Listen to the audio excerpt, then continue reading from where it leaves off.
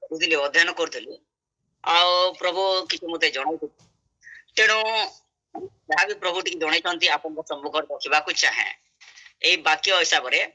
ଆଉ ତେଣୁ ସେଥି ନିମନ୍ତେ ଆମେ କଣ କରିବା, ଟିକେ ଭଲ କରିବା ନାହିଁ, ଧୀର ସ୍ଥିରରେ କଣ କରିବା ସେ ବାକ୍ୟଟିକୁ ଶୁଣିବା।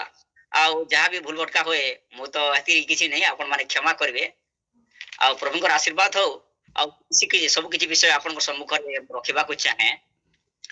ଆଉ ଆମେ ପ୍ରଭୁ ଅନୁଗ୍ରହ କରିଛନ୍ତି ବହୁତ ଦିନରୁ ଆମେ ଯାହା ବି ଶିଖିଥିଲୁ, ଯାହା ବି ଜାଣିଥିଲୁ, କିନ୍ତୁ ପ୍ରଭୁଙ୍କର ଅନୁଗ୍ରହ ହେତୁ ଆମେ ପ୍ରଭୁଙ୍କ ସମ୍ମୁଖରେ କିଛି ନା କିଛି ମୁଖ ଫିଟେଇ ପାରୁଛୁ। ସେଥିପାଇଁ ପ୍ରେଜ୍ ଦ ଲର୍ଡ, ହାଲେଲୁୟା। ଆଉ ଏ ବିଷୟରେ ପ୍ରଥମରେ ମୁଁ ଟିକେ କିଛି କହିବାକୁ ଚାହେଁ। ଏଠାର ମୁଖ୍ୟ ସାରାଂଶ ବିଷୟ ହେଉଛି ଯେ ଆମେ କଣ କରୁଛୁ, ଯଦି ବା ଆମ ପାରିବାରିକ ଜୀବନକୁ ଦେଖିବା କିମ୍ବା ଆମର ଦୈନନ୍ଦିନ ଜୀବନକୁ ଦେଖିବା, ଜୀବନ ଶୈଳୀକୁ ଦେଖିବା, ତାହେଲେ ଆମର ଜୀବନରେ କଣ ହଉଛି, ବେଳେ ବେଳେ ଅନେକ ନିନ୍ଦା ଆସୁଛି, ଅନେକ ତାଡନା ଆସୁଛି, ଆଉ ଅନେକ ସଂକଟ ସମସ୍ୟାରେ ଆମେ ଗତି କରୁଛୁ। କି ଏପରି ସମସ୍ୟା ମାନେ ସେ ଜାଗତିକ ଲୋକମାନଙ୍କ ନିମନ୍ତେ ତ ନୁହଁ, କିନ୍ତୁ ଆମେ ଅଧିକାଂଶ କରି ଯେଉଁମାନେ ପ୍ରଭୁଙ୍କୁ ଜାଣିଛନ୍ତି ସେଇ ଲୋକମାନଙ୍କ ନିମନ୍ତେ ସେଇ ନିନ୍ଦାଟା ଆସୁଅଛି। ତ ଏପରି ସମୟରେ ଆମେ କଣ କରୁଛୁ, ଆମର ସାମର୍ଥ୍ୟ ଉପରେ ନିର୍ଭର କରୁଛୁ ନା ଆମର ବଳ ଉପରେ ନିର୍ଭର କରୁଛୁ, ନା ଆମର ପରିବାର ମଧ୍ୟରେ ଯେଉଁମାନେ ମୁଖ୍ୟ ଅଛନ୍ତି, ଯେଉଁମାନେ ଆମକୁ ସାହସ ଦେଇପାରିବେ, ସେ ଭଳିଆ କଥା, ଯେଉଁମାନେ ଆମକୁ ମାନେ ଧୈର୍ଯ୍ୟ ଦେଇପାରିବେ, ସେମାନଙ୍କର ହସ୍ତରେ କାଣା କି ସେମାନଙ୍କ ଉପରେ ଆମେ ନିର୍ଭର କରୁଛୁ, ନା ଯିଏ ଆମକୁ ବଳ ଶକ୍ତି ସାମର୍ଥ୍ୟ ଯୋଗାଇ ଅଛନ୍ତି ଯୋଉ ପରମେଶ୍ୱର, ଆମେ ତାହାଙ୍କ ଉପରେ ନିର୍ଭର କରୁଛୁ। ସେ ବିଷୟ ମୁଖ୍ୟ ବିଷୟ। ଆଉ ସେ ବିଷୟରେ ଅନେକ ବିଷୟ ଅଛି ଯାହା ଆମେ ଆଲୋଚନା କରିବା। ପ୍ରେଜ୍ ଦ ଲର୍ଡ, ହାଲେଲୁୟା। ଆଉ ଆଜି ଆମେ ଅଧ୍ୟୟନ କରିଛୁ ଗୀତ ସଂଗୀତ 18 ପର୍ବ 1 ପଦରୁ 30 ପଦ ଯାଇ ଅଧ୍ୟୟନ କରୁଛୁ। ଆଉ ଏଠାରେ ମୁଖ୍ୟ ବିଷୟ ହେଉଛି ଯେ ଦାଉଦଙ୍କର ବିଜୟ ସଙ୍ଗୀତ। ହେଡିଂରେ ଲେଖା ହେଇଛି ଦାଉଦଙ୍କର ବିଜୟ ସଙ୍ଗୀତ। ତାପରେ ଲେଖା ହେଇଛି ଯେ ସଦାପ୍ରଭୁ ଶତ୍ରୁମାନଙ୍କ ହସ୍ତରୁ ଓ ସାଉଲଙ୍କ ହସ୍ତରୁ ଉଦ୍ଧାର କରିବା ଦିନ ସେ ସଦାପ୍ରଭୁଙ୍କ ଉଦ୍ଦେଶ୍ୟରେ ଏହି ଗୀତର କଥା ନିବେଦନ କରିଥିଲେ। ପ୍ରେଜ୍ ଦ ଲର୍ଡ। ଯେତେବେଳେ ସଦାପ୍ରଭୁ କଣ କରିଥିଲେ, ମାନେ ଦାଉଦଙ୍କୁ ତାଙ୍କର ଶତ୍ରୁମାନଙ୍କ ହସ୍ତରୁ ଆଉ ସାଉଲଙ୍କ ହସ୍ତରୁ ଯେତେବେଳେ ଉଦ୍ଧାର କରୁଅଛନ୍ତି, ସେଇ ଦିନରେ ଦାଉଦ ଏହି ଗୀତକୁ ରଚନା କରିଛନ୍ତି। ପ୍ରେଜ୍ ଦ ଲର୍ଡ, ହାଲେଲୁୟା। ତ ଏଠାରେ ଗୋଟେ ପ୍ରଶ୍ନ ଆମେ ଆପଣ ମାନଙ୍କ ମନରେ ଗୋଟେ ପ୍ରଶ୍ନ ଉଠି ଥାଇପାରେ, ଗୋଟେ କ୍ୱେଶ୍ଚନ ଟେ, ଯେ ଏପରି ଦାଉଦ ସାଉଲଙ୍କ ନିମନ୍ତେ ଆଉ ତାଙ୍କ ସେ ଲୋକମାନଙ୍କ ନିମନ୍ତେ କଣ କରୁଥିଲେ, ତାଙ୍କ ଜୀବନରେ ଏପରି କଣ କିଛି କରିଥିଲେ ଯାହା ପାଇଁ ସେ କଣ କରିଛି, ଶେଷରେ ସେ ପରମେଶ୍ୱରଙ୍କ ନିକଟରେ ସ୍ୱୟଂ ପରମେଶ୍ୱର ତାଙ୍କୁ ଉଦ୍ଧାର କରିବା ନିମନ୍ତେ ଆସିଅଛନ୍ତି। ଏପରି ମାନେ ସାଉଲ ରାଜାଙ୍କ ସହିତ ତାଙ୍କର କଣ ଘଟିଥିଲା, ସେ କଣ କରିଥିଲେ, ସେ ବିଷୟରେ ଆମେ ଟିକେ ଆଲୋଚନା କରିବା। ଆଉ ଆମେ ସେ ବିଷୟ ଖୋଲିବା। ସେ ବିଷୟ ଲେଖା ହେଇଛି ତାର ପ୍ରଥମ ସାମୁଏଲ ତାର 18 ପଦ 6 ପଦରୁ 9 ପଦ ଅଧ୍ୟୟନ କରିବା। ଆଉ ମୁଁ ଅଧ୍ୟୟନ କରୁଅଛି। ଦାଉଦ ଫିଲିଷ୍ଟିୟଙ୍କୁ ଧରିଲା ବେଳେ ଲୋକମାନେ ଆସୁ ଆସୁ କରିଥିଲା ଯେ ଇସ୍ରାଏଲୀୟ ସମସ୍ତ ନଗରରୁ ସ୍ତ୍ରୀମାନେ ବାହାରି ଦାବା, ଆନନ୍ଦ ଧ୍ୱନି, ତ୍ରିତନ୍ତ୍ରୀ ବାଦ୍ୟ ସହିତ ଗାୟନ ଓ ନୃତ୍ୟ କରୁ କରୁ ସାଉଲ ରାଜାଙ୍କୁ ଭେଟିବା ପାଇଁ ଆସିଲେ। ଆଉ ସେହି ସ୍ତ୍ରୀ ମାନେ ବାଦ୍ୟ କରୁ କରୁ ଉତ୍ତର ପ୍ରତ୍ୟୁତ୍ତର କ୍ରମେ ଗାୟନ କରି କହିଲେ, ସାଉଲ ବଧ କଲେ ସହସ୍ର ସହସ୍ର, ଦାଉଦ ବଧ କଲେ ଅୟୁତ। ଏଥିରେ ସାଉଲ ଅତି କ୍ରୁଦ୍ଧ ହେଲେ ଓ ଏଇ କଥା ତାଙ୍କର ଦୃଷ୍ଟିରେ ମନ୍ଦବୋଧ ହେଲା। ଏଣୁ ସେ କହିଲେ, ସେମାନେ ଦାଉଦଙ୍କୁ ଅୟୁତର ଜୟୀ ଓ ଆମ୍ଭକୁ କେବଳ ସହସ୍ର ସହସ୍ରର ଜୟୀ ବୋଲି କହିଲେ। ରାଜତ୍ୱ ଛଡା ତାହାର ଆଉ କଣ ପାଇବାର ଯୋଗ୍ୟ ଅଛି? ଆଉ ସେଇ ଦିନାବଧି ଦାଉଦଙ୍କ ପ୍ରତି ଦୃଷ୍ଟି ରଖିଲେ। ପ୍ରେଜ୍ ଦ ଲର୍ଡ, ହାଲେଲୁୟା। ଏଠାରେ ଆମେ ନିଜେ ଦେଖୁଛୁ ଯେ ଯେଉଁଦିନ ସାଉଲ ରାଜା ଆଉ ଫିଲିଷ୍ଟିୟ ମାନଙ୍କ ମଧ୍ୟରେ ମାନେ ଯୁଦ୍ଧ ଚାଲିଥିଲା, ଆଉ ସେଇ ସମୟରେ କଣ କରୁଥିଲେ, ଦାଉଦ ଅନେକ ଲୋକମାନଙ୍କୁ ଯେତେବେଳେ ବଧ କରି ସେ ଫେରୁଅଛନ୍ତି ସେ ସମୟରେ ଫେରୁଅଛନ୍ତି ସେ ସମୟରେ କଣ ହଉଛି ଇସ୍ରାଏଲୀୟ ତାର ବିଭିନ୍ନ ନଗରରୁ ସେ ଅନେକ ସ୍ତ୍ରୀ ମାନେ ସାଉଲ ରାଜାଙ୍କୁ ତାର ବାଦ୍ୟ ତ୍ରିତନ୍ତୁ ମହା ଆନନ୍ଦ ଧ୍ୱନି କରି ସେ କଣ କରୁଛନ୍ତି ସାଉଲ ରାଜାଙ୍କୁ ଭେଟିବା ନିମନ୍ତେ ଆସୁଛନ୍ତି। ଆଉ ସେଇ ସମୟରେ ଯେତେବେଳେ ଆସୁଅଛନ୍ତି ସେମାନେ ଆନନ୍ଦ ଧ୍ୱନିର ସହିତ ଯେପରି ସେ ସାଉଲ ରାଜାଙ୍କୁ ଭେଟିବେ ଆଉ ସେଇ ସମୟରେ ସେମାନେ ଗୀତ ଗାଉ ଗାଉ ସେ ଗୀତ ମାଧ୍ୟମରେ କହୁଛନ୍ତି ଯେ ଦାଉଦ ବଧ କଲେ ଅୟୁତ ଅୟୁତ ଆଉ ସାଉଳ ବଧ କଲେ ସହସ୍ର ସହସ୍ର। ଯେତେବେଳେ କଥା କହୁଅଛନ୍ତି ସାଉଳଙ୍କ ମନରେ କଣ ହେଇଛି ମାନେ ତାଙ୍କୁ ବହୁତ ଖରାପ ଲାଗିଛି ତାଙ୍କୁ ଗୋଟେ ମନ୍ଦ ମାନେ ବିଷୟ ମାନେ ଇଏ ହେଇଛି ତାଙ୍କ ମନରେ ଖରାପ ଗୋଟେ ବିଷୟ ଚିନ୍ତା ହେଇଛି ଆଉ ସେ ମନେ ମନେ କହୁଛନ୍ତି ଯେ କଣ ଏଇ କଥା କଣ ଅଟେ ଯେ ଦାଉଦ ବଧ କଲେ ଅୟୁତ ଅୟୁତ ଆଉ ସାଉଳ ବଧ କଲେ ସହସ୍ର ସହସ୍ର। ତ ଆମ୍କେ କାଣ କହୁଛନ୍ ସେ ସ୍ତ୍ରୀ ମାନେ ଯେ ଆମ୍କେ ଦାଉଦ ମାନେ ଅୟୁତ ଅୟୁତର ଜୟୀ আর ଆମେ କାଣ କରୁଛୁ ଆମେ ସହସ୍ର ସହସ୍ର ଜୟୀ। ତ ଏହା ଛଡା আর ଆମ ମଧ୍ୟରେ ତାର ମାନେ ସିଂହାସନ ଛଡା ରାଜ୍ୟ ଛଡା আর ଆମର କାଣ ଅଛି ଏପରି ବିଷୟରେ ସେ ଚିନ୍ତା ଆଉ ତାଙ୍କ ମନରେ କାଣ ଯେ ବହୁତ କ୍ରୋଧ ହେଇଯାଇଛି ଆଉ ସେଇ ଦିନ ଠାରୁ ସାଉଲ ଦାଉଦଙ୍କ ପ୍ରତି ତାଙ୍କର ଗୋଟେ କୁବିଚାର ଅଛି କୁଦୃଷ୍ଟି ରହିଛି। ପ୍ରେଜ ଦ ଲର୍ଡ ହାଲେଲୁୟା। ଆଉ ସେଇ ସମୟରେ ବିଚାର କରିବା ଆଗକୁ ବିଚାର କରିବା ଯେ ଏପରି କଣ ହେଲା ଏପରି କେଉଁ ସମସ୍ୟା ହେଲା ଯେଉଁ ସମୟରେ ସେ ପ୍ରଭୁଙ୍କ ନିକଟରେ ଆର୍ତ୍ତନାଦ କରୁଛନ୍ତି ଆଉ ପ୍ରଭୁ ସ୍ୱୟଂ ନିଜେ ଦାଉଦଙ୍କୁ କଣ କରୁଛନ୍ତି ମାନେ ସାହାଯ୍ୟ କରିବା ନିମନ୍ତେ ଉଦ୍ଧାର କରିବା ନିମନ୍ତେ ସେ ଆଗେଇ ଆସିଛନ୍ତି। ପ୍ରେଜ ଦ ଲର୍ଡ ହାଲେଲୁୟା। ଆଉ ଏକ ପଦରେ ଲେଖା ହୁଏ ହେ ପରମେଶ୍ୱର ମତେ ରକ୍ଷା କର କାରଣ ମୁଁ ତୁମର ଶରଣାଗତ ମୁଁ ସଦାପ୍ରଭୁଙ୍କୁ କହିଅଛି ତୁମ୍ଭେ ମୋହର ପ୍ରଭୁ ତୁମ୍ଭ ବିନା ମୋହର କୌଣସି ମଙ୍ଗଳ ନାହିଁ। ପୃଥିବୀରେ ଯେଉଁ ପବିତ୍ର ଲୋକମାନେ ଅଛନ୍ତି ସେମାନେ ଆଦରଣୀୟ ନେ ଆଜ୍ଞା ମିଷ୍ଟେ ପଢୁଛେ ପଢୁଛେ ହଁ 1 ନମ୍ବର ପଦ ପଢିବା ହେ ମୋହର ବଳ ସ୍ୱରୂପ ସଦାପ୍ରଭୁ ମୁଁ ତୁମକୁ ପ୍ରେମ କରୁଥାଏ ସଦାପ୍ରଭୁ ମୋହର ଶୈଳ ଓ ମୋହର ଗଡ଼ ଓ ମୋହର ଉଦ୍ଧାର କର୍ତ୍ତା ମୋହର ପରମେଶ୍ୱର ମୋର ଦୃଢ ଶୈଳ ମୁଁ ତାଙ୍କ ଠାରେ ଶରଣ ନେବି ମୋହର ଢାଲ ଓ ମୋହର ପରିତ୍ରାଣ ଶୃଙ୍ଗ ମୋହର ଉଚ୍ଚ ଦୁର୍ଗ ମୁଁ ପ୍ରଶଂସନୀୟ ସଦାପ୍ରଭୁ ଡାକିବି ମୁଁ ଆପଣା ଶତ୍ରୁଗଣ ଠାରୁ ନିସ୍ତାର ପାଇବି। ଆଉ ଏଠାରେ କଣ କରୁଛନ୍ତି ଦାଉଦ ସଦାପ୍ରଭୁଙ୍କ ନିକଟରେ ପ୍ରାର୍ଥନା କରୁଛନ୍ତି। ଆମେ କେତେଟା ପଏଣ୍ଟ ଏଠାରେ ନୋଟ କରିବାକୁ ଚାହୁଁ ଯେ ଦେଖୁ ଯଦି ପ୍ରତ୍ୟେକ ପଦରେ ଯଦି ଲେଖିବା ଯେ ଦେଖିବା ଯେ ଦାଉଦ ରାଜା ସେତେବେଳେ କଣ କରୁଛନ୍ତି 3ଟା 4ଟା ନା 3 କି 4ଟା ପଦରେ ପ୍ରଥମ ପଦରେ ଦ୍ୱିତୀୟ ପଦରେ ସେ ଲେଖାଯାଇଛି ମୋହର ବଳ ସ୍ୱରୂପ ସଦାପ୍ରଭୁ 2 ନମ୍ବର ପଦରେ ଲେଖାଯାଇଛି ସଦାପ୍ରଭୁ ମୋର ଶୈଳ ମୋର ତାପରେ ମୋହର ପରମେଶ୍ୱର ମୋହର ଢାଲ ଏପରି ମୋହର ପରମେଶ୍ୱର ବୋଲି ମାନେ ଲେଖା ଯାଇଛି।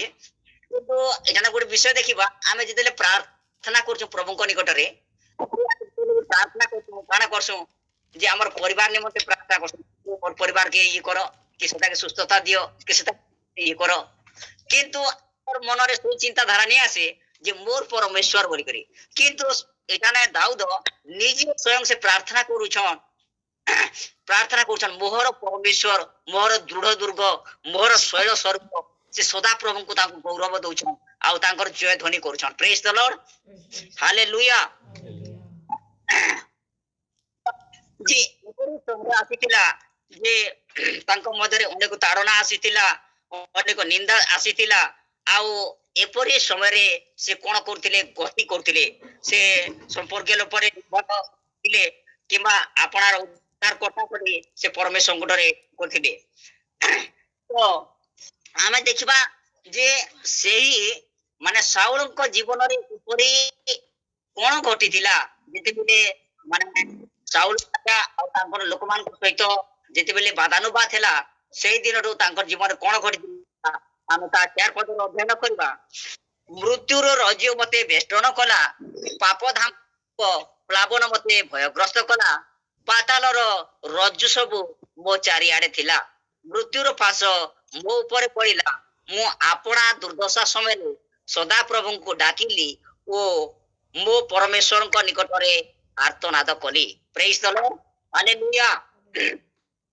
ଏଠାରେ ଦେଖିଛୁ ମୃତ୍ୟୁର ରଜ୍ଜୁ ମତେ ବେଷ୍ଟନ କଲା, ଆଉ ପାପ ଧାମତା ରୂପ ପ୍ଲାବନ ମତେ ଭୟଗ୍ରସ୍ତ କଲା। ଆଉ ଏଠାରେ ଦାଉଦଙ୍କ ଜୀବନରେ ମାନେ ଯାହା ଘଟିଅଛି ସେଇ ସବୁ ବିଷୟ ୟାର ପରେ ଲେଖା ହେଇଛି ଯେ ତାଙ୍କର ଜୀବନରେ କଣ ହେଲା, ମୃତ୍ୟୁର ରଜ୍ଜୁ ତାଙ୍କୁ କଲା, ବେଷ୍ଟନ କଲା, ଆଉ ପାପ ଧାମ ରୂପ ତାଙ୍କୁ କଣ କରୁଛି, ଭୟଗ୍ରସ୍ତ କଲା, ଆଉ ପାତାଳର ରଜ୍ଜୁ କଣ କରୁଥିଲା, ତାଙ୍କର ଚତୁର୍ପାର୍ଶ୍ୱରେ ଥିଲା, ଆଉ ମୃତ୍ୟୁର ଫାଶ ତାଙ୍କ ଉପରେ ଥିଲା। ଆଉ ଏଇପରି ଦୁର୍ଦ୍ଦଶା ସମୟରେ ସେ କଣ କରୁଛନ୍ତି, ପରମେଶ୍ୱରଙ୍କ ନିକଟରେ ପ୍ରାର୍ଥନା କରୁଛନ୍ତି। ହାଲେଲୁୟା, ପ୍ରେଜ୍ ଦ ଲର୍ଡ। ସମୟରେ ମୋର ବାସ୍ତବିକ ମୋର ଜୀବନର କିଛିଟି କହିବାକୁ ଚାହୁଁଛେ ଯେ ଯେତେବେଳେ ଆପଣ ମାନେ ଜାଣିଥିବେ ପ୍ରଭୁଙ୍କର ଦାସ ଜାଣିଛନ୍ତି ଆଜ୍ଞା ଯେ ମୁଁ ଅପରେସନ କରି ଫେରିଲା ପରେ ବି ମୋର ଗୋଟେ ମୋର ପଞ୍ଜରାର ପାଖେ ଆଉ ପାଣି ଝରୁଥାଏ। ଆଉ ସେଇଦିନ ଆଉ କରୋନା ମହାମାରୀ ବି ଥିଲା ଯେ ଲୋଇସିଙ୍ଗାରୁ କାଣା ହଉଥିଲା, ଗୋଟେ ରାସ୍ତାର ଗୋଟେ ବଲାଙ୍ଗୀର ଆଡେ ଯିବାକେ ନେଇ ଦଉଥାଇ, ଆଉ ବଲାଙ୍ଗୀର ଲୋକେ ବରଗଡ଼ ଆଡେ ଯିବାକେ ନେଇ ଦଉଥାଇ। ତ ଏପରି ସମସ୍ତେ ଥିଲା, ଆର୍ ଯେନ୍ ମାନେ ବି ଯାଉଥିଲେ ସେମାନଙ୍କ ଲାଗି ଥିଲା ଫିଜ୍ ଫାଇନ୍ ଆଦାୟ, କିଏ ଯାଇ ବି ନେଇ ପାରୁଥାଇ। ତ ସେଇ ଯେତେବେଳେ କି ମୁଁ ଯାଉଥାଏ ଆଉ ଲୋସିଙ୍ଗାରେ ଆଦିତ୍ୟ ତ ଭାଇ ନାହାନ୍ତି, ଦୁଃଖ ଲାଗେ। ଆଉ ସେ ଆଦିତ୍ୟ ଭାଇଙ୍କ ସହିତ ଆମର ସାକ୍ଷାତ ହେଇଥିଲା, ଆଉ ସେ ଭାଇ କହିଥିଲେ ଯେ ତମେ କାହିଁକି ଏମିତି ଦେଖାଯାଉଛ। ଆଉ ସେ ମୋର ସାଙ୍ଗ ତାଙ୍କର ଶଳା ମୁଁ ସର୍ଟକଟରେ କହିବାର ଲାଗି ଚାହୁଁଛେ। ତ ସେ ସମୟରେ କହିଲେ କି ମୁଇଁ ବହୁତ କିଛି କରିଛେ, ଆଉ ତମେ ଯଦି କିଛି ଜାଣିଛ ଯେନ୍ତା କି ଠିକ ହେଇପାରମି ତାହେଲେ କହ, ମୁଁ ଏତିକି ପଇସା ଯଦି ଖର୍ଚ୍ଚ କରୁଛି ମୁଁ ସେଠି ଯିବା ଲାଗି ବାଧ୍ୟ ହେ। ତାପରେ ସେ ମତେ କହିଲେ, ବିଶ୍ୱାସ ଦେଲେ ଯେ ମୋର ଗୋଟେ ବିଶ୍ୱାସ ଠିକ ହେବ ବୋଲି କହିଲେ। ତାରପରେ ଠିକ ବି ହଉଥାଏ, ଆଉ ଆମେ ଆଜ୍ଞା ଘରକୁ ଆଇଲୁ, ଆଉ ଶିବଲାଲ ଭାଇ ସାଙ୍ଗରେ ଆଉ ସେରେ ମାନେ ନୂଆପଡ଼ା ଦେଇକରି ସେ ରେଲ ଷ୍ଟେସନ ତର ଦେଇକରି ଆସିଲୁ, ଆଉ ଆଜ୍ଞା ଘରରେ ଠାନେ ପହଲା ପହଞ୍ଚିନୁ। ଆଜ୍ଞା ସେଠାନେ ପହଲା ଜଣେ ସାଇଡରେ ରହୁଥିଲେ, ଆଉ ସେଠାନେ ପହଲା ପ୍ରଥମ କରି ସେଠାନେ ମୋର ଜୀବନରେ ମୁଁ ପ୍ରାର୍ଥନା କରିଥିଲି। ଆଉ ଦେଖୁ ଯେ ସେ ମୋର ମାନେ ସେ ସାଇଡ ରୁ ପୂଜ ବି ବାହାରୁଥିଲା, ଯେ ମୁଁ ଆଜ୍ଞାକୁ ଦେଖିଥିଲି, ଦିଦିକୁ ଦେଖିଥିଲି, ଦିଦି ବି ଘବରାଇ ଯାଇଥିଲେ। ଆଉ ସେଠାନେ ମତେ ଗୋଟେ ବିଷୟ କହିଥିଲେ, ଆଜ୍ଞା ଯେ ଆମେ ତ ପ୍ରାର୍ଥନା କରୁଛୁ ଆଉ ତମର ବିଶ୍ୱାସ ତମକୁ ଠିକ ହବା, ତମେ ବି ପ୍ରାର୍ଥନା କର। ଆଉ ସେଇ ଦିନଠୁ ମୁଁ କାଣ କଲି, ପ୍ରାର୍ଥନା କରିଥିଲି। ଆଉ ଯେକି କିଛି ଦିନ ବି ନେଇ ଯାଇ 15 ଦିନ ତକ ବି ନେଇ ଯାଇ আর মুই নিজে কইলি আজ্ঞা মুই বাপতিস্মা মুই নেবি বলি, হালেলুয়া। ଆଉ ମୁଇଁ ନିଜେ ବାପ୍ତିସ୍ମ ନେବି ବୋଲି ଖବରେଇ ଯାଇଥିବେ, ତମେ ପହଲା କିଛି ଜାଣ, ତୁମକୁ ଜାଣ ଭଲ ଭାବେ ଜାଣ, ନାଇଁ ଆଜ୍ଞା ମୁଁ ଜାଣିଛେ ଆଉ ମୁଁ ନିଶ୍ଚୟ ବାପ୍ତିସ୍ମ ନେବି ବୋଲି। ସେନୁ ଗୋଟେ ମୋର ବିଶ୍ୱାସ ହେଲା ଯେ ପ୍ରଭୁ ଯୀଶୁ ମୋର ଉଦ୍ଧାର କର୍ତ୍ତା ହେ, ପରିତ୍ରାଣ କର୍ତ୍ତା ହେ ବୋଲିକରି। ପ୍ରେଜ୍ ଦ ଲର୍ଡ, ହାଲେଲୁୟା। ସେଇପରି କଣ ହେଇଛି, ସେ ମୃତ୍ୟୁର ରଜ୍ଜୁ ତାଙ୍କୁ ବେଷ୍ଟନ କଲା, ପାପ ଧାମ ତା ରୂପ ପ୍ଲାବନ ତାଙ୍କୁ ଭୟଗ୍ରସ୍ତ କଲା, ଆଉ ପାତାଳର ରଜ୍ଜୁ ସବୁ ତାଙ୍କ ଚାରିଆଡେ ଥିଲା, ଆଉ ମୃତ୍ୟୁର ଫାଶ ମୋ ଉପରେ ପଡିଲା। ଏଇପରି ଦୁର୍ଦ୍ଦଶା ସମୟରେ ସେ କଣ କଲେ, ସଦା ପ୍ରଭୁଙ୍କ ନିକଟରେ ସେ ପ୍ରାର୍ଥନା କଲେ। ଆମେ କାଣ କରଛୁ ବେଲେ ବେଲେ ଦେଖସୁଁ ଯେ ଆମର ଜୀବନରେ ଏପରି ଶୈତାନ କାର୍ଯ୍ୟ କରସି ଯେ ଆମର ପରିବାର ଭିତରେ ଯେତେବେଳେ ସମସ୍ୟା ଆସି, ଯେତେବେଳେ ଅଭାବ ଦେଖା ଯାସି, ରୋଗ ସଂକଟ ସମସ୍ୟା ଦେଖା ଯାସି ବୋଲେ ଆମେ କାଁ ଆସୁ, ଆମେ ପ୍ରଭୁଙ୍କ ଉଦ୍ଦେଶ୍ୟରେ ବ୍ୟବହାର ନାଇଁ କରି ଆମେ କାଁ କରସୁଁ, ଜଗତ ଲୋକଙ୍କର ହିସାବରେ ଆମେ ଚାଲସୁଁ। ଯେ তুই বেমার হয়েছে, তুই সে হসপিটাল যাইতু কিনি, তুই সেই জায়গায় যাইতু মানে সেই জায়গায় যাইতু কিনি, ଏନ୍ତା ବିଷୟ ମାନେ କରସନ୍। କିନ୍ତୁ ଆମେ ସଦା ପ୍ରଭୁ ଯେ ଆମର ବଡ ପରମେଶ୍ୱର ଅଟନ୍, ଏହା ଆମେ ଜ୍ଞାତ ନି ହଉ, ଆମେ ଜାଣି ନେଇ ପାରୁ। ପ୍ରେଜ୍ ଦ ଲର୍ଡ। କିନ୍ତୁ ଏଠାନେ ଦେଖୁଛୁ ଯେ ଦାଉଦଙ୍କର ଜୀବରେ ଯେପରି ଏପରି ସମସ୍ୟା ଥିଲା, ମୃତ୍ୟୁର ରଜ୍ଜୁ ତାଙ୍କ ଥିଲା, ପାପ ଧାମ ରୂପ ପ୍ଲାବନ ତାଙ୍କୁ ଭୟଗ୍ରସ୍ତ କରୁଥିଲା। ଏପରି ସମୟରେ ସେ କଣ ହେଇଛି, ସଦା ପ୍ରଭୁଙ୍କ ନିକଟରେ ପ୍ରାର୍ଥନା କରୁଛନ୍ତି। ହାଲେଲୁୟା, ପ୍ରେଜ୍ ଦ ଲର୍ଡ। ଆଉ ଆଉ ଗୋଟେ ବିଷୟ ଦେଖିବା, 5 ପଦ ଲେଖା ହୁଏ, ପାତାଳର ରଜ୍ଜୁ ସବୁ ମୋ ଚାରିଆଡେ ଥିଲା, ମୃତ୍ୟୁର ଫାଶ ମୋ ଉପରେ ପଡିଲା। ଆମେ ଏখানে ଆଉ ଗୋଟେ ଆମେ ସମସ୍ତେ ଜାଣିଅଛୁ ଜୁନସ୍ ବିଷୟରେ ଜାଣିଅଛୁ, ଜୁନସ୍ ବିଷୟରେ ସମସ୍ତେ ଜାଣିଅଛୁ। ତ କଣ ହୋଇଥିଲା, ଯେତେବେଳେ ନିନିବି ସହର ଯେତେବେଳେ ନିନିବି ସହରର ଲୋକମାନେ ପ୍ରଭୁଙ୍କ ଉଦ୍ଦେଶ୍ୟରେ प्रभु को उद्देश्य काण कले पाप कार्य कले सदा प्रभु को भय कले नाही आउ से प्रभुंकर अबाध्य हेले सेही समय रे सदा प्रभु जुनस को व्यवहार करछंती आउ जुनस को कहउछंती जे तुमे जाई कोन करो निनिबी शहर को जाई तुमे को जे सेठार लोक माने बहुत पाप कार्य करछंती सेटा हमें जानि छु बोली करी जेते बेले कहउछन जुनस का करछन निनिबी शहर को नहीं जाई करी से दर्शी साड़ को जाउछन प्रेज द लॉर्ड हालेलुया आउ से समय रे एंता थिला जे दर्शी को जीवा को हेले काना करथिला गुटे जाफो बोली गुटे जगह थिला आ से जाफो निकट के जाई करी से जहाज की चढ़वा के पड़ुथिला प्रेज द लॉर्ड हालेलुया तेरो सेनो से काना कर दुनस से जाफो के जाई करी से माने जहाज रे किछि जे भड़ा लागुथिला से भड़ा देखो जते बेले समुद्र मध्य रे जाउछन सेते बेले कोन हेले सदा प्रभु जानिले आ से समय काला प्रबल झोड़ तूफान हैला प्रबल झोड़ तूफान हैला एपरी झोड़ तूफान हैला जे माने डोंगा भांगी जिबार भलियार समस्या हैला डोंगा भांगी जिबार जे समस्या हैला से डोंगा रे बसिथिबा लोक माने कोन कले भयग्रस्त हे गले भयग्रस्त हेले आ तापर से माने कोन कले निज निजर आराध्य देवता मान निकट रे से माने कोन कले प्रार्थना कले तापर से विषय करि साला परे जेपरी डोंगा हालुका हेबा सेतिर तांकर माने जहा दुनिया थिला से समुद्र मध्य रे पकई देले आ पकई देला परे तापर काना कले जे देखुछन जे से माने जहाज रो जे कि श्रेष्ठ अछन विधायक अछन जे जुनस माने नाविकर अग्र पार्श्व रे से शयन करिछन आ से तो कहछन जी हे माने श्रद्धालु तमे शयन करिछ बोली कहछन आ का कहछन जे सदा प्रभु तमर परमेश्वर है आ तमे टिके प्रार्थना करो बोली करी तो जेते बेले से कहछन जे नहीं तमे प्रार्थना करो बोली कहछन से तांकर मन गोटे भयग्रस्त खेली जाइछे जे प्रभु तांको निनिबे शहर के पठे दिले आ से दर्शिस के पली आइछन या से लोक मानक भीतर भी जणा पड़ी गला आ से मान जानी पारले तापरे से मानक मध्य गोटे वादानुवाद हैला गोटे जुक्ति तर्क हैला जे कान हला जे एति झड़ तूफान हैला केन कारण लागे एति झड़ तूफान होउछे बोली करी से मान जेते जानी पारले आ से सेतिरे काना कहउछन जे जुनस के दाई करले जुनस के जेते बेले दाई करले से कहले कने तुमे केन जातिर केन जगह रु आइछो ए बोली विषय जेते कहउछन जे कहले जे तुम लागी ए विषय माने घटुचे आज प्रलय माने झड़ तूफान हैला आर तुमे हमके बज जेते कहउछन सेते जुनस कहउछन जे तुमे काना करो मोदे समुद्र मझी के फिंगी दियो बोली करी आज बेले समुद्र मझी ता फिंगी दिया जाइछे ए समुद्र मझी रे पड़ जाइछन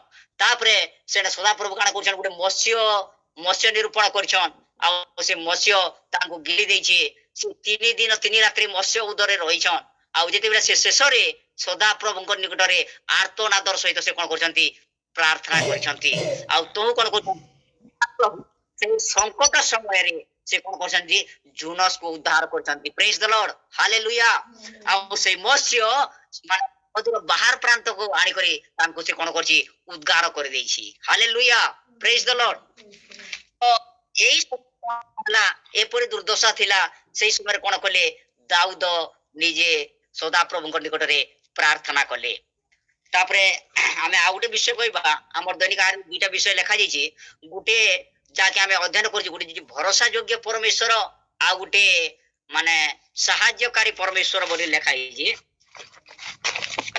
हां परमेश्वर जाके लिखा जाइछि सहायकारी परमेश्वर आ गुटे उद्धारकर्ता परमेश्वर बोली लिखा जाइछि परमेश्वर दाऊदଙ୍କୁ किपरि भाबरे उद्धार कले से विषय हमें टिके देखिबा जेंटा कि 7 पदरु लिखा जाइजे सेते बेले पृथ्वी तलमल ओ कंपित हैला पर्वत गणर भित्तिमूल मध्य विचलित हैला ताहांक रोग सकासु ताहांकर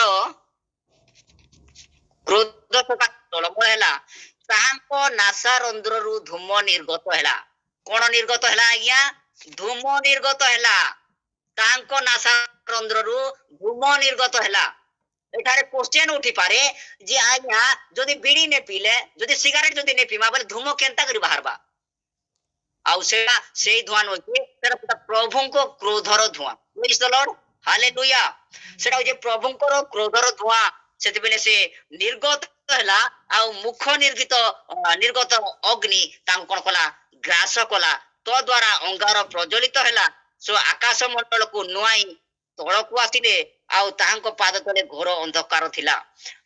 ଏଠାରେ ଆମେ ଦେଖୁଛୁ ଯେ ସଦାପ୍ରଭୁ କଣ ଅଟନ୍ତି? ମହାନ ଅଟନ୍ତି। ସେ ଆଶ୍ଚର୍ଯ୍ୟ କର୍ମ କରିପାରନ୍ତି। ସଙ୍କଟ ସମୟରେ ପଡିଥିବା ଲୋକଙ୍କୁ ସେ କଣ କରିପାରନ୍ତି? ଉଦ୍ଧାର କରିପାରନ୍ତି। ଆଉ ସେ ସମୟରେ କଣ ହଉଛି? ସେ ମାନେ କହୁଛି ପର୍ବତର ଭିତ୍ତିମୂଳ କଣ ହଉଛି? ବିଚଳିତ ହଉଛି। ଆଉ ତାଙ୍କ ନାସାରନ୍ଧ୍ରରୁ କଣ ହଉଛି? ଧୂମ ନିର୍ଗତ ହେଉଛି। ଆଉ ତାଙ୍କ ମୁଖ ନିର୍ଗତ ଅଗ୍ନି ଦ୍ୱାରା ଅଙ୍ଗାର ପ୍ରଜ୍ୱଳିତ ହୋଇ ଗ୍ରାସ କରୁଛି।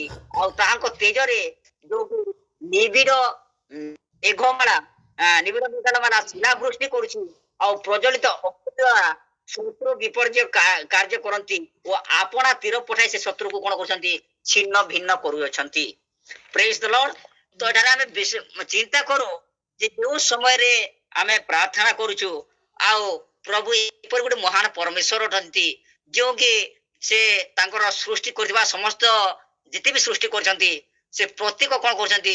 ସଦା ପ୍ରଭୁଙ୍କର ବାକ୍ୟକୁ ଶ୍ରବଣ କରୁଛନ୍ତି ଆଉ ତାଙ୍କର ଆଜ୍ଞାକୁ ପାଳନ କରୁଛନ୍ତି। ପ୍ରେଜ୍ ଦ ଲର୍ଡ। ଏଠାରେ ଦାଉଦ ବି ଯେପରି ସଦା ପ୍ରଭୁଙ୍କର ମାନେ ନିକଟରେ ପ୍ରାର୍ଥନା କଲେ, ଭରସା କଲେ ଆଉ ପରିଶେଷରେ କଣ କରୁଛନ୍ତି? ସେଇ ପଲେଷ୍ଟିୟ ସେ ସାଉଳଙ୍କ ନିକଟରୁ ରକ୍ଷା କରିବା ନିମନ୍ତେ ତାଙ୍କ ଶତ୍ରୁମାନଙ୍କ ହସ୍ତରୁ ରକ୍ଷା କରିବା ନିମନ୍ତେ ସେ ନିଜେ କଣ କରୁଛନ୍ତି? ଓହ୍ଲାଇ ଆସିଛନ୍ତି। ଆଉ ସେ ଯେତେବେଳେ ଓହ୍ଲାଇ ଆସିଛନ୍ତି ମାନେ ଦାଉଦଙ୍କୁ ରକ୍ଷା କରିବା ନିମନ୍ତେ ସେଇ ସମୟରେ ଏଇ ସବୁ ବିଷୟ ମାନେ ଘଟୁଅଛି। ପ୍ରେଜ୍ ଦ ଲର୍ଡ। ହାଲେଲୁୟା। ଆମେ ବି ଯେତେବେଳେ ବିଶ୍ୱାସ କରିକି ପ୍ରଭୁଙ୍କ ପ୍ରାର୍ଥନା କରିବା, ଆମର ଯଦି ସଙ୍କଟ ସମୟରେ ଅଭାବ ସମୟରେ ଯାହା ବି ହଉ ତାହେଲେ ପ୍ରଭୁ କଣ କରିବେ? ଆମକୁ ସାହାଯ୍ୟ କରିବେ। ଆଉ ଗୋଟେ ଏଇଠାରେ ଦେଖିବା 22 ନମ୍ବର ପଦଟିକୁ ଦେଖିବା। ଆଉ ତାହାଙ୍କର ଶାସନ ସବୁ ମୋ ସମ୍ମୁଖ ଥିଲା, ପୁଣି ତାହାଙ୍କ ବିଧି ସବୁ ଆପଣଠାରୁ ଦୂର କଲି ନାହିଁ ମଧ୍ୟ। ମୁଁ ତାହାଙ୍କ ଉଦ୍ଦେଶ୍ୟରେ ସିଦ୍ଧ ଥିଲି ଓ ମୋ ଠାରୁ ଆପଣାକୁ ରକ୍ଷା କଲି। ଆଉ ମୁଁ ତାହାଙ୍କ ଶାସନ ସବୁ ମୋ ସମ୍ମୁଖ ଥିଲା। ଏଠାରେ ଦେଖୁ ଶାସନ ବୋଲେ ପ୍ରଭୁଙ୍କର ବାକ୍ୟ। ପ୍ରଭୁଙ୍କର ବାକ୍ୟ ସେ ଆମେ ଗୋଟେ ବାକ୍ୟରେ ଅଧ୍ୟୟନ କରିଛୁ ଯେ ମୁଁ ସଦାପ୍ରଭୁଙ୍କ ବିଷୟରେ ଯେପରି ପାପ ନ କରେ ସେଥିପାଇଁ ସେ ତାଙ୍କର ବାକ୍ୟ କଣ କରୁଛନ୍ତି? ଆବରି କରି ଧରିଛନ୍ତି। ଆଉ ସେ ବାକ୍ୟ ମୁତାବିକ ଜୀବନ ଚାଲୁଛନ୍ତି। ବାକ୍ୟ ମୁତାବିକ ପ୍ରଭୁଙ୍କର ଆଜ୍ଞାକୁ ଗ୍ରହଣ କରୁଛନ୍ତି। ଆରୁ ତାଙ୍କର ଜୀବନରେ ମାନେ ପ୍ରଭୁଙ୍କର ପ୍ରତ୍ୟେକ ବିଷୟ ତାଙ୍କର ଜୀବନରେ ଦେଖାଯାଉଛି। ସେଥିଲାଗି ସେ ଦୁର୍ଦ୍ଦଶା ସମୟରେ ଯେତେବେଳେ ପ୍ରାର୍ଥନା କରୁଛନ୍ତି ଆଉ ପ୍ରଭୁ କଣ କରୁଛନ୍ତି? ତାଙ୍କୁ ଉଦ୍ଧାର କରୁଛନ୍ତି। ହାଲେଲୁୟା। ତାପରେ ଦେଖିବା 30 ଲେଖାଯାଏ ପରମେଶ୍ୱର ପଥଚିହ୍ନ ସଦାପ୍ରଭୁଙ୍କର ବାକ୍ୟ ସୁପରିଚିତ, ସେ ଆପଣା ଶରଣାଗତ ସମସ୍ତଙ୍କର ଢାଲ। ଆମର ପରମେଶ୍ୱର କିଏ ଅଟନ୍ତି? ଆମର ଶରଣାଗତ ସେ ଆମଙ୍କର ଢାଲ ସ୍ୱରୂପ ପରମେଶ୍ୱର ଅଟନ୍ତି। ସେ ଆମ ପରମେଶ୍ୱର ଆମର ପଥ ସିଦ୍ଧ। ସେ ଆମର ପଥକୁ ସିଦ୍ଧ କରିବା ପାଇଁ ଆମେ ଯେକୌଣସି ରାସ୍ତାରେ ବି ଯାଉ, ଚାहे ଜାଣ ବି ଥାଉ, ସଙ୍କଟ ଥାଉ, ଯାହା ବି ଥାଉ, ଆମେ ଯଦି ପ୍ରଭୁଙ୍କ ନିକଟରେ ଲାଗି ରହିବା ଆଉ ପ୍ରଭୁଙ୍କୁ ଭୟ କରିବା, ପ୍ରଭୁଙ୍କ କଲେ ପ୍ରଭୁ କଣ କରିବେ? ଆମର ଏଇ ବିପଦ ସମୟରେ ଆମକୁ ଉଦ୍ଧାର କରିବା ସହିତ ସେ ଆମକୁ କଣ କରିବେ? ସଦା ସର୍ବଦା ଆଶୀର୍ବାଦ ପ୍ରଦାନ କରିବେ। ପ୍ରେଜ୍ ଦ ଲର୍ଡ। ହାଲେଲୁୟା।